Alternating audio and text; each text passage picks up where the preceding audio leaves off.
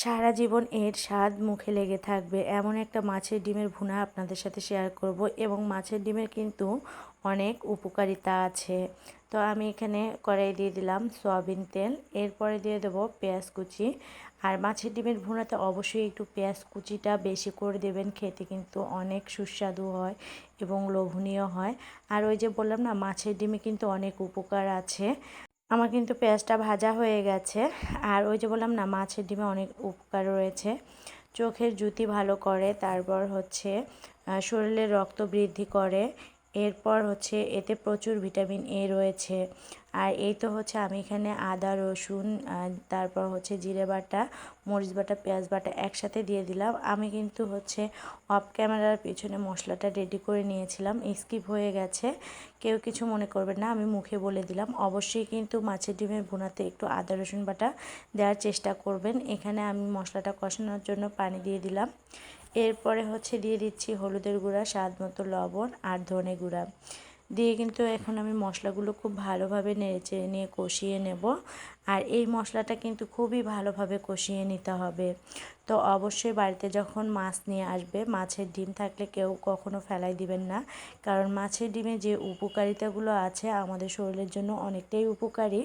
তো এখানে এই দেখেন, আমি মশলাটা কিন্তু বেশ কিছুক্ষণ ধরে কষিয়ে নিচ্ছি।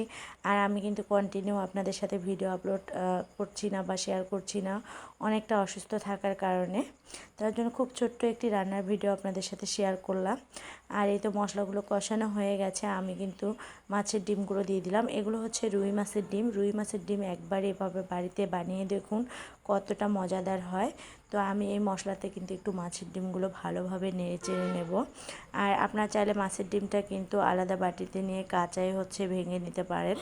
আমি এখানে আস্তই দিয়ে দিয়েছি, নাড়াচাড়া করলে কিন্তু ঝুরঝুরে হয়ে যাবে। তো এখন হচ্ছে আমি কিন্তু এর মধ্যে দিয়ে দেবো পানি। আমার কিন্তু মাছের ডিমগুলো কষানো হয়ে গেছে। অবশ্যই কিন্তু পরিমাণ মতো পানিটা দিতে হবে। আপনারা চাইলে এখানে গরম পানিটা ব্যবহার করতে পারেন। তো ওই যে বললাম না, অসুস্থ থাকার কারণে আসলে রান্না বান্না বলেন, যে কোনো কাজই বলেন না কেন, ভালো লাগে না। তারপরে খুব কষ্ট করে রান্না করে বাচ্চাদেরকে খাওয়াই। আর বাচ্চাদের আবদারে কিন্তু আজকে এই মাছের ডিমের রেসিপিটা আমি করে নিলাম। আর এখানে আমি কয়েকটা কাঁচামরিচের ফালি দিয়ে দিলাম। আর এরপরে হচ্ছে এই যে ঢেকে দিলাম। তো এরপর দেখেন ঝোল কিন্তু প্রায় শুকিয়ে আসছে। আর আমি কিন্তু এখন দিয়ে দেবো এখানে সিক্রেট গরম মশলার গুঁড়া। অবশ্যই কিন্তু একটু গরম মশলার গুঁড়া দিয়ে দেবেন, দেখবেন যে এর ফ্লেভারটাও সুন্দর হয়, খেতেও অনেক সুস্বাদু হয়, একদম আষ্টে কোনো গন্ধ থাকে না। চাইলে এখানে আপনারা কিন্তু লেবু একটু রস অ্যাড করে দিতে পারেন। আর যেহেতু বাচ্চারা খাবে, আমি এখানে এই জন্য হচ্ছে লেবু রসটা অ্যাড করলাম না, মশলা গুঁড়া দিয়ে দিলাম। দিয়ে বেশ কিছুক্ষণ কিন্তু নেড়ে চেড়ে নেব। আর অবশ্যই কিন্তু মাছের ডিমটা এভাবে বাড়িতে একবার হলেও ট্রাই করে দেখবেন, আসলে কতটা সুস্বাদু হয় খেতে।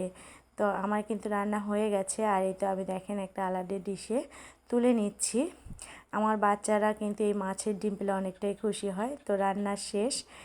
আর এই তো দেখেন।